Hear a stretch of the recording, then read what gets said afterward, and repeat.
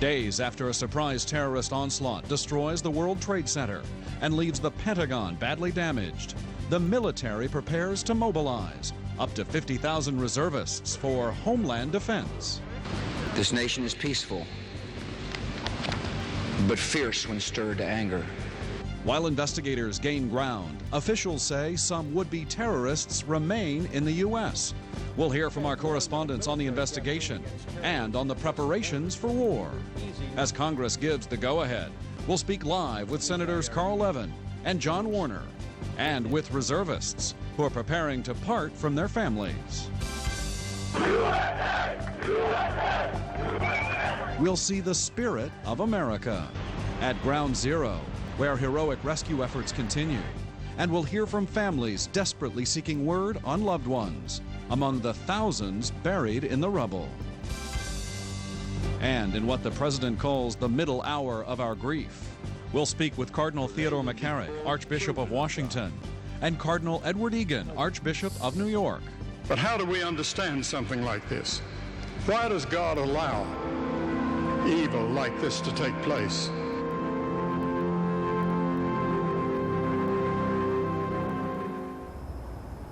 Good evening, I'm Wolf Blitzer reporting tonight from Washington. And I'm Greta Van Susteren.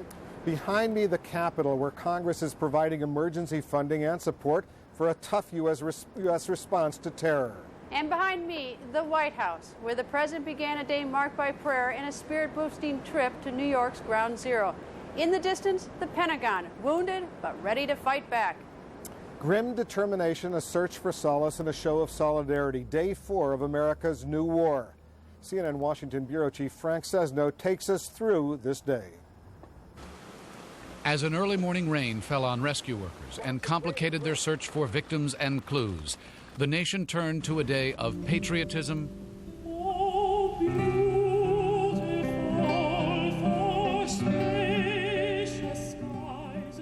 This conflict was begun on the timing and terms of others.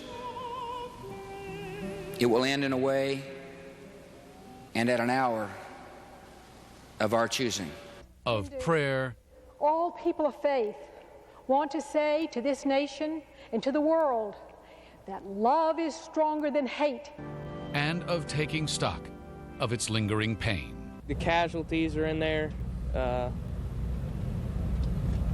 It's pretty much the worst thing you can imagine to see. At this point, after not finding any news, we are very desperate. 3 days after the terrorist attacks, President Bush begins the day by activating 35,000 reservists. At 10:15 a.m., CNN learns the names of 19 suspected hijackers who were aboard the 4 ill-fated planes. The FBI makes the list public by mid-afternoon. In Congress, approval for a $40 billion plan to fund recovery and counterterrorism efforts. And it moves to strengthen the president's hand, nearing final approval for a resolution calling for the use of all necessary and appropriate force against those responsible for the attacks. By 3 p.m., CNN's David Ensor quotes U.S. officials as saying there may still be people inside the U.S. looking to commit acts of terrorism. 4 p.m., under heavy security, President Bush arrives at Ground Zero to see firsthand the devastation of what was once the World Trade Center. He thanks the weary rescue crews and makes an emotional pledge. I can hear you, the rest of the world hears you, and the people who knocked these buildings down will hear all of us soon.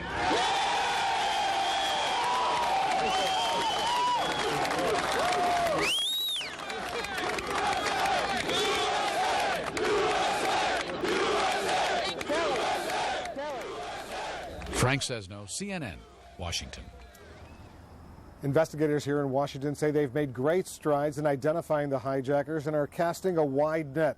Let's go live to CNN Justice correspondent Kelly Arena. Kelly, I understand there's been a major development within the past hour. Well, Wolf, justice officials have confirmed that one arrest warrant has been issued for a person described as a material witness. Now, it is a tactic that law enforcement is expected to employ many times in the near future to try to keep people in custody so that they can question them further for as long as they need to. The FBI has said that it issued 35 search warrants, hundreds of subpoenas, and it's conducted hundreds of interviews as part of its investigation, which has been dubbed Operation Pent Bomb. And what's more, sources say there are currently 27 people who are in INS custody. One source says the FBI has gleaned useful and helpful information, but that, quote, if there was some real concrete evidence, and someone would have been arrested by now. The FBI has received more than 36,000 leads. It's also forwarded a watch list to various authorities. Now, that lists more than 100 names of people that the FBI thinks may be helpful to provide information. If found, those people will be detained for questioning. And the Justice Department today also released the name of 19 people who have been identified as hijackers. Many of them have ties to southern Florida, and many were pilots who attended U.S. flight schools.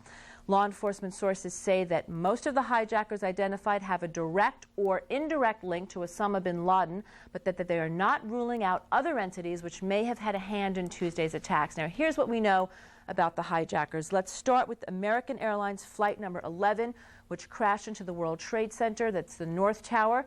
That list includes 4 believed to be pilots, including Mohammed Atta and Walid al-Sheri. Now, Atta's car was found at Logan Airport in Boston. He received training at several flight schools in Florida. Al-Sheri also went to flight schools in Florida, and sources say lived with Atta. Now, looking at United Flight 175, which crashed into the South Tower of the World Trade Center, hijackers on that flight include Marwan al-Shehi, believed to be a pilot, and who also lived with Mohammed Atta. On United's Flight 93, which crashed in Pennsylvania, 3 of the hijackers have ties to Florida. 1, Jarahi, is believed to be a pilot. And on American Flight 77, which crashed into the Pentagon, there were 5 hijackers, some with ties in Fort Lee, New Jersey, others to California. Now, Wolf, terrorism experts say that it is safe to assume that the hijackers were low-level operatives. Terrorist organizations rarely sacrifice their high-level assets. But their identities are vital in helping to track down their associates, which could help the FBI identify terrorist cells working within the United States. Back to you. And Kelly, briefly, is there a widespread sense among these investigators that some terrorists may still be at large here in the United States?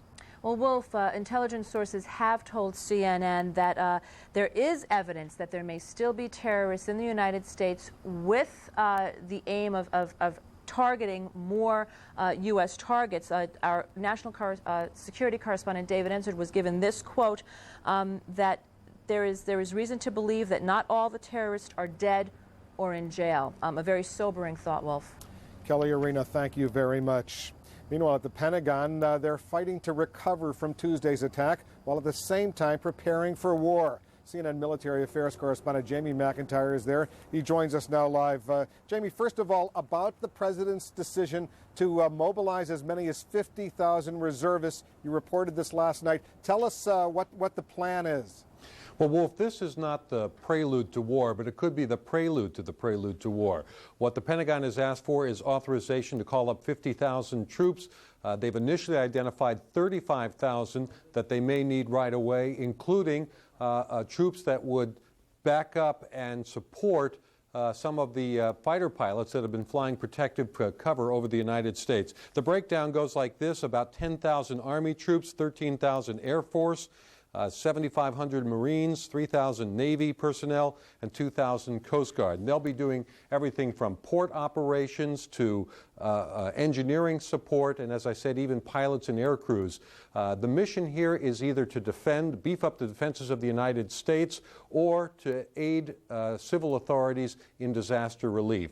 There has not yet been a call up for the purpose of mobilizing for war, but that could come. Jamie, what about today at the Pentagon in the search and rescue operation there, the cleanup? What's going on?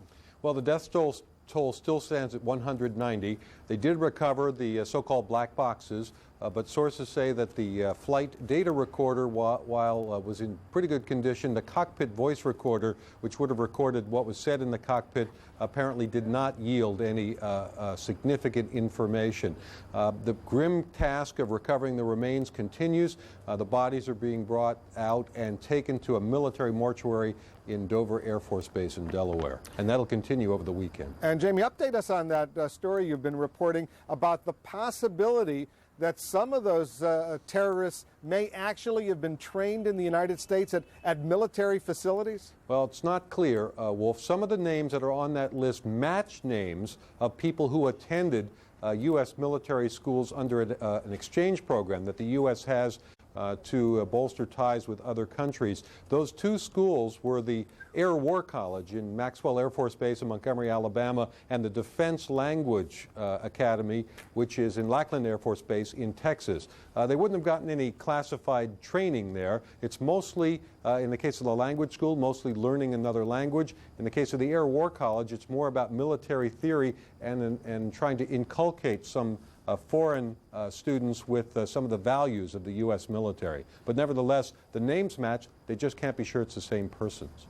Jamie McIntyre at the Pentagon, thank you very much. Meanwhile, Congress has moved quickly to provide financial and moral support for the recovery and for a strong U.S. response. Joining us now, the Senate Armed Services Committee Chairman Carl Levin and the Ranking Member John Warner, who himself is a former Navy Secretary and a veteran of 2 wars. First of all, to you, Mr. Chairman, tell the American public right now how close this country is to actually beginning military operations. Well, we don't know, and if I did know, I wouldn't say, because obviously that's the kind of information that we keep to ourselves. But we are preparing both ourselves and hopefully with a lot of other countries, because we need to do this effectively, and it can be done most effectively when that action occurs, whether it's in the short term or long term.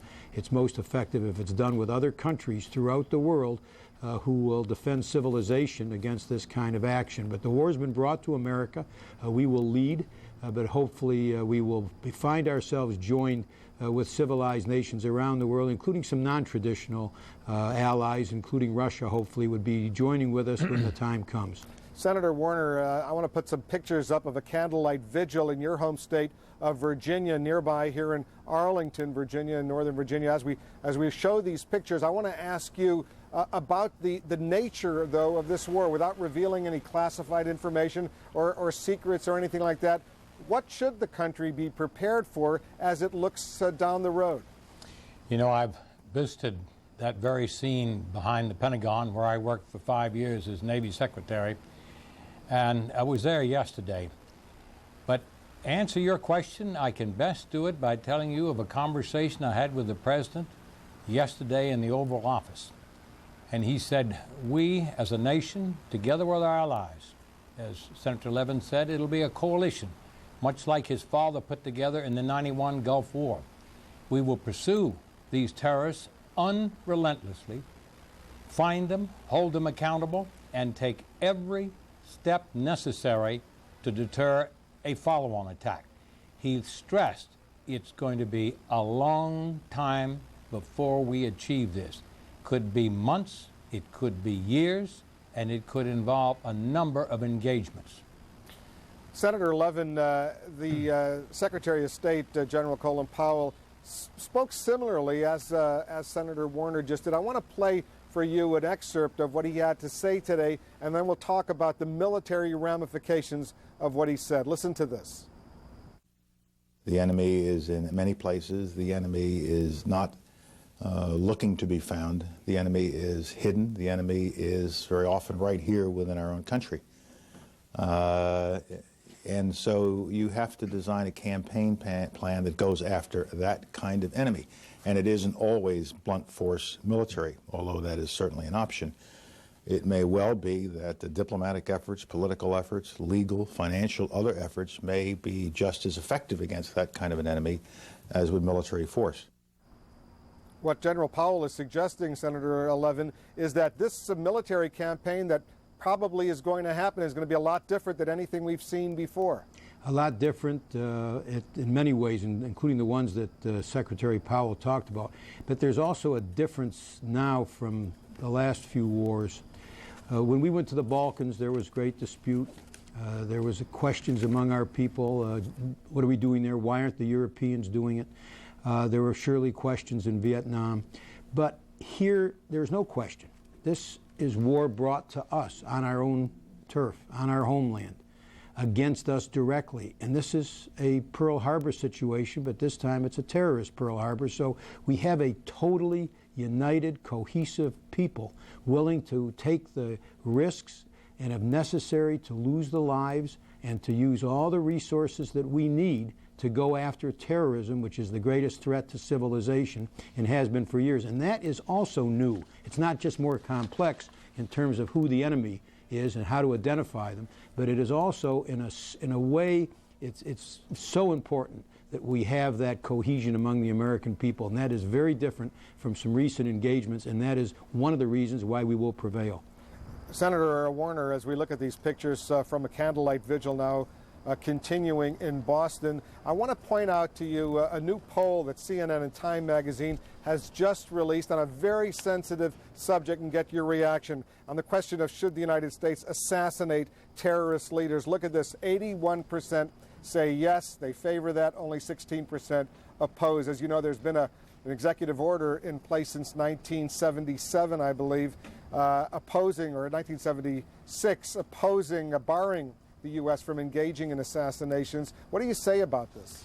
I would say that we should take into consideration the sentiments of the American people, debate that issue very carefully and very thoroughly in the Congress of the United States, in consultation with the President, and then cast a vote on it. You know, I pick up on the chairman. The chairman said this nation's united, and he is right.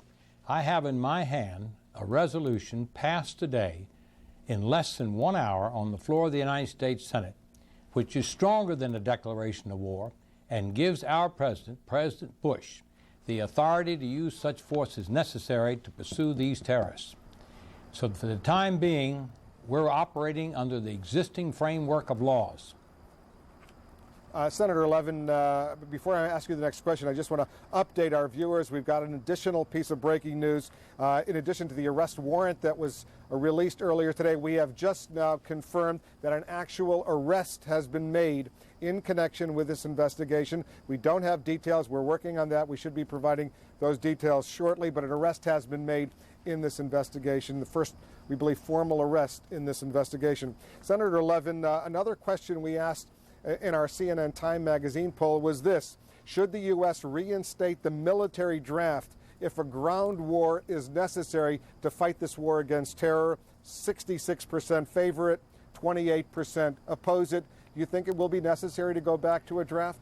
If it is, we should do it. We should not be reluctant to use all of the forces at our command, including our citizen armies and including a draft. So the reserves today, we're going to be called up to 50,000 of them. Those are our citizen soldiers, and the draft, if it's necessary to prevail, I would vote for it, absolutely. This is December 8th, 1941, but this time it's a war against terrorism. But the people here are so determined. We have that absolutely unified determination. So yes, if we need the draft in order to carry out a successful war, I would vote for it. Again, I emphasize, we need a strong coalition, and I believe we're going to be able to put it together, because that is important in terms of success. We need the time to prepare for this effort.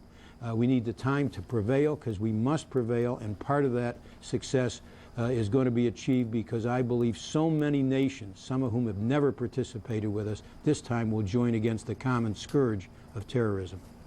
And we only have a few seconds left, Senator Warner. In the many years you've been in Congress in Washington, you're a Republican, Senator Levin is a Democrat. Have you ever seen the U.S. Congress as united as it is right now? No, very clearly, and this is evidence of it. 10 years ago, I helped draft the resolution that George Bush, then president, won the Gulf War with our coalition allies. It was 3 days and 3 nights of ferocious debate on the Senate floor, and it prevailed by only 5 votes. This one is 100 votes. What clear evidence, Senator Levin and I worked on the drafting with our leadership of this, what clear evidence of the unity in the Congress, and the Congress speak for the people of the United States. Senator Warner and Senator Levin, I want to thank both of you very much for joining us. Meanwhile, ceremonies and vigils continue across the country tonight on this day of prayer and remembrance. This was the scene a short time ago in Somerset, Pennsylvania, near where one of the hijacked planes crashed on Tuesday. It was a similar scene in Birmingham, Alabama, where a large crowd held candles and listened to patriotic songs, and Americans weren't mourning alone today. 75,000 people turned out for a ceremony in the Canadian capital of Ottawa. Prime Minister Jean Chrétien led that crowd and all of Canada in observing 3 minutes of silence.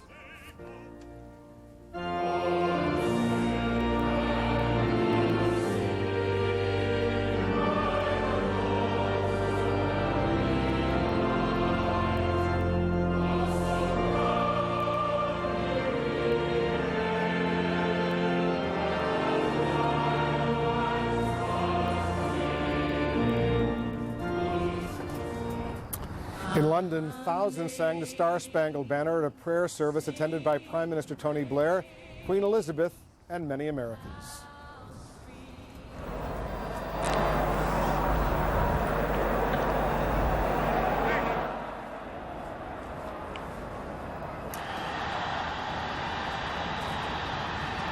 One of the largest gatherings anywhere today was in Berlin, Germany, where more than 200,000 people filled the area around the Brandenburg Gate. German President Johannes Rau told the crowd that no one knows better than the people of Berlin what America has done for democracy and freedom. Even Iran, whose leaders commonly refer to the United States as the Great Satan, has been moved by Tuesday's attacks. 60,000 people at a World Cup qualifying match in Tehran, which we just saw, observed a moment of silence in honor of the victims of Tuesday's attack. We're now going to show you an interview that the president gave to David Gregory. He was a pool reporter for the White House press corps who joined the president in New York. Listen to this. Well, I'm shocked at the size of the devastation. And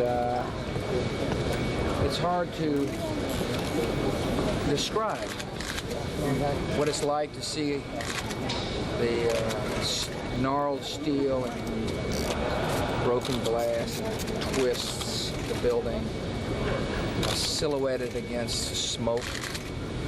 I said that this was the first act of war on America in the 21st century, and I was right, particularly having seen the scene.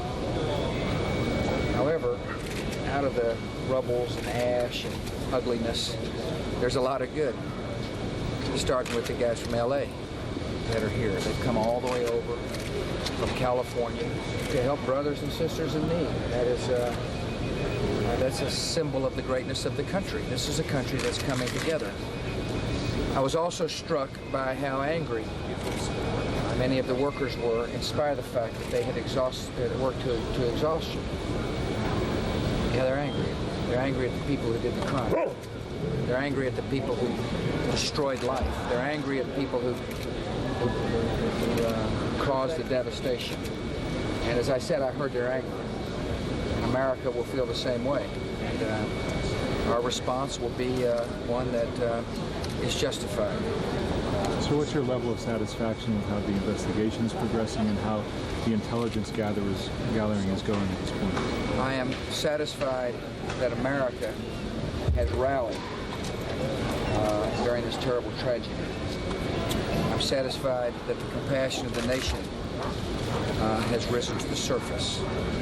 I'm satisfied that if in any community, if we asked for help, we would find it. I'm also satisfied that the 4,000 FBI agents are working tirelessly to gather all the evidence that can be gathered, to find those who may still be in our country if they are here. I'm satisfied that our planning for possible future actions is going on course. But most of all, I'm satisfied and I'm pleased to be an American. This is a proud moment for our country. Out of this terrible devastation and ruin, the greatness of America shines forth. And I'm here just to, as best as I possibly can, to thank the American people who are helping here and to give comfort to those who hurt. A lot of the firefighters who who we saw had tears in their eyes because they lost loved ones, and their brothers are missing. It's a sad moment to be with them. And the least I can do is to give them a hug and maybe encourage them some. We're gathering all the possible evidence. And at the appropriate time, we will let America know what the evidence is. Do you feel like you know who did it? We know we got a suspect. Thank you all. Mr. President, thank you all. Thank you. Thanks for coming. Appreciate it. Let's go back out the way we came in. Everyone, please. President Bush saying, quote, "We know we have a suspect," answering questions as he was touring the rubble outside what used to be the World Trade Center in New York. We're joined now by two leaders of the Roman Catholic Church, Cardinal Edward Egan of New York, and Cardinal Theodore McCarrick of Washington. He has a family connection to the tragedy. Thank you so much for joining us. Cardinal Carrick, tell us about your family connection. Well, one of the young firefighters, Michael Lynch, is a relative of mine. He's missing now. Apparently his company went in early, and he might have been lost as the building came down on top of them. So we still have hope, but we're not sure what the story is. And Cardinal, I take it you were due to marry him in November, is that right? That's right, that's right. I had seen him at his brother's wedding. I married his brother about a month ago, and he was supposed to be married himself in November. So there's still a lot of hope, but we're realistic. Cardinal Egan, as we speak, we're showing live pictures of candlelight vigils all across the country, this one in Providence, Rhode Island. How do you explain to members of your diocese in New York, how do you explain what happened in terms of how God allowed this tragedy to take place? Well, I've tried to say at every step along the way that we are in the hands of a provident and a loving God, and that we've got to keep that clearly in mind at every step. This has been a very, very difficult week for New York. I was down in the World Trade Center area with the President today and offered a prayer at his request, and I felt that the police officers and the firefighters, the emergency workers, the healthcare professionals, and our outstanding civic leadership were with us 100%, trusting in the Lord, anxious to see to it that justice is served, but careful to see to it that we don't allow ourselves to fall into any hatreds or any desires for revenge. We want to deal with this in a civilized manner. We want to bring the perpetrators before civilized courts and deal with them as civilized, noble, decent human beings, the kind of people we've seen here in New York over the last several days. Cardinal Egan, as we speak, we're looking at some pictures, excuse me for interrupting, of members at this candlelight vigil in Manhattan outside the Armory, where people are searching, continuing to search for their loved ones. How do you comfort these people who are searching for family members right now missing since Tuesday morning? Well, to tell you the truth, Mr. Blitzer, I've been involved in that every day. I was down in Lower Manhattan at St. Vincent's all day when the two buildings came down. I gave the final anointing, last rites, as they say, for a number of people.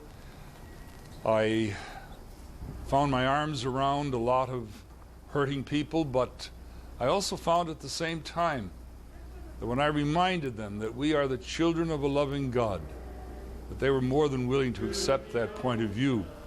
We've had tonight at St. Patrick's Cathedral something like 2,500 people who came in for Mass. Nothing special, just the evening Mass. They were there to pray.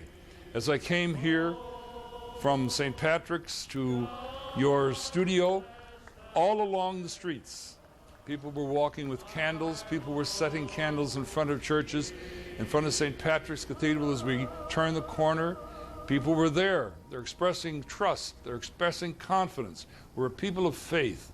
And I believe we've seen ourselves to be a noble and decent people. You cannot imagine the kind of dedication all of us have witnessed in our police officers, our firefighters. Tomorrow I have the funeral of Father Michael Judge, who is one of the archdiocesan chaplains for the Fire Department of New York.